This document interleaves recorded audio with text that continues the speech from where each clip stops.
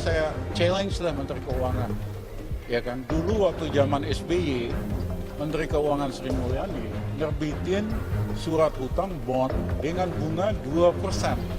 Saya minta Sri Mulyani coba tukar itu bond yang saudara bikin dengan bunga sangat mahal, merugikan rakyat Indonesia 11 miliar dolar. Tolong tukar dengan bond dan pembiayaan lebih murah. Oh iya, kalau yang direfer kalau Anda bicara tentang IMF ini, kan ada negara advance country seperti bahkan di Eropa yang debt to GDP ratio-nya itu sudah di atas 60, ada yang 80 bahkan 100%. Jadi untuk negara-negara seperti itu mereka pasti harus melakukan konsolidasi fiskal. Di dalam kurun waktu yang lebih panjang 5 hingga 10 tahun, The Global Risk Report 2021 mengidentifikasikan krisis-krisis yang kita juga sering dan sudah sering menyampaikan di berbagai forum.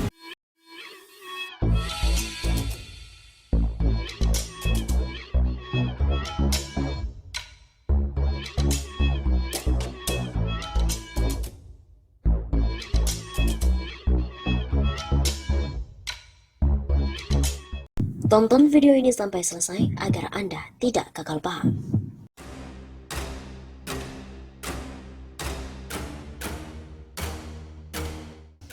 Mengerikan, kerugian negara di era Menteri Keuangan Sri Mulyani sejak 2018 sampai 2021 mencapai 601 triliun rupiah. Semalam, seorang kawan berdiskusi via telepon tentang masalah korupsi dan kerugian keuangan negara. Diskusi tersebut membandingkan skala kasus-kasus korupsi dan kerugian keuangan di Indonesia, mulai dari BLBI, EKTP, Jiwasraya, Asabri, Senturi hingga korupsi IUP Kota Waringin Timur. Menariknya, kawan ini punya ide untuk mengkategorikan masalah kelebihan bayar bunga utang pemerintah sebagai kasus kerugian negara juga. Apakah masalah kelebihan bayar bunga hutang itu adalah sebuah masalah? Masalah kelebihan bayar bunga utang sudah sering disampaikan oleh ekonom senior Dr. Rizal Ramli atau RR di berbagai kesempatan pada publik. Bila dibandingkan dengan negara-negara tetangga seperti Filipina dan Vietnam, bunga yang diterbitkan oleh pemerintah Indonesia kelebihan 2,8 hingga 4,5%.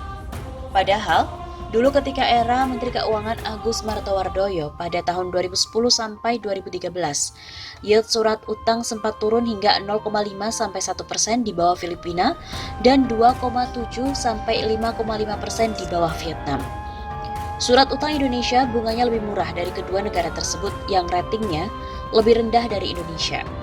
Kebijakan Menteri Keuangan Agus adalah kebijakan yang nurture dan benar.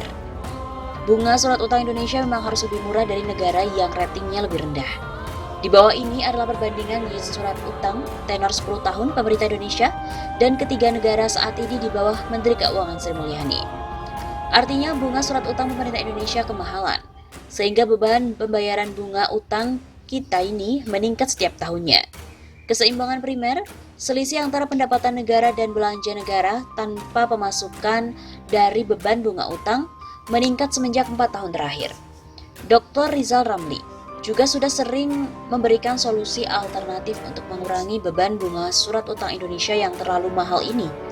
Caranya adalah dengan melakukan metode debt swap atau debt to nature swap. Debt swap adalah menukar surat utang berbunga mahal dengan surat utang yang berbunga lebih murah dan tenor lebih panjang. Sedangkan debt to nature swap adalah pengurangan utang yang ditukar dengan kewajiban pelestarian hutan. Kedua metode tersebut sudah pernah dikerjakan oleh Dr. Rizal Ramli sewaktu menjabat Menteri di Tim Ekonomi Kabinet Gus Dur tahun 2000 sampai dengan 2001.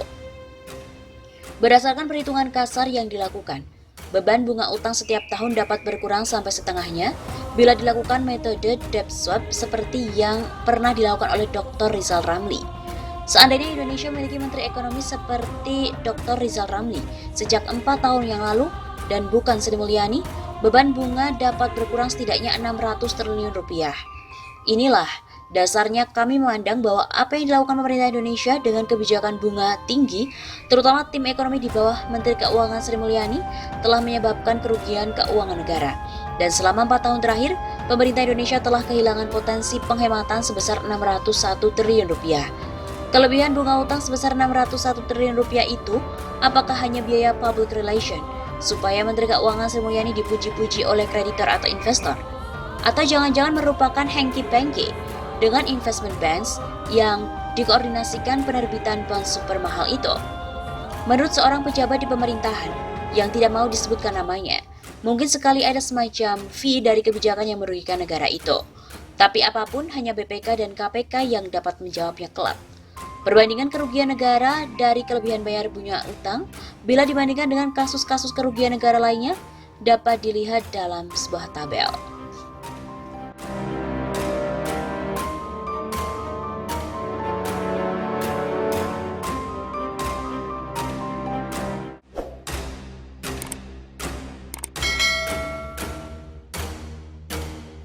Rizal Ramli ingatkan bahwa kehadiran IMF bisa lengserkan Jokowi.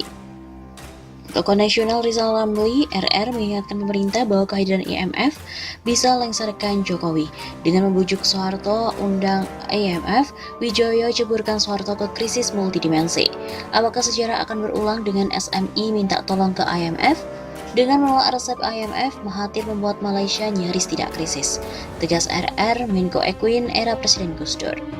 Terkait dengan perkiraan pertumbuhan ekonomi tahun 2021 yang bakal memble, tidak ikut skenario pemulihan normal dengan garis biru, tapi bakal ikut skenario pemulihan memble, karena kebijakan ekonominya terbalik, tidak memompa daya beli menengah bawah, Imbu RR. Sejarawan JJ Rizal juga menambahkan, belajar dari proklamator Bung Hatta, kurang cerdas dapat diperbaiki dengan belajar. Kurang cakap dapat dihilangkan dengan pengalaman, namun tidak jujur sulit untuk diperbaiki. Semua pandangan tadi merupakan respon atas keinginan Sri Mulyani untuk mengundang IMF ke Indonesia untuk meminta bantuan dari IMF menangani hutang RI dan negara-negara berkembang dunia ketiga lainnya. Kegemaran Sri Mulyani adalah menumpuk utang dinilai semakin menjadi-jadi. Belakangan Sri Mulyani juga menerbitkan surat utang negara SUN untuk menutupi shortfall penerimaan pajak tahun lalu sebesar 128,9 triliun rupiah.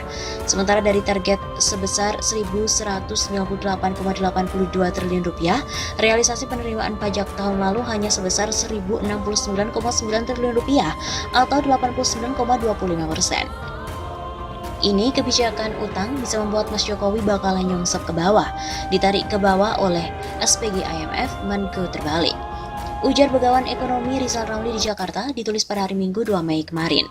Adalah Sri Mulyani yang dimaksud Rizal Ramli sebagai Sales Promotion Girl atau SPG dari International Monetary Fund atau IMF. Utang RI pun kini lebih dari 6.000 triliun rupiah dan telah menjadi beban rakyat. Dusta dan dosa sudah menyatu di kalangan elit yang doyan ngutang.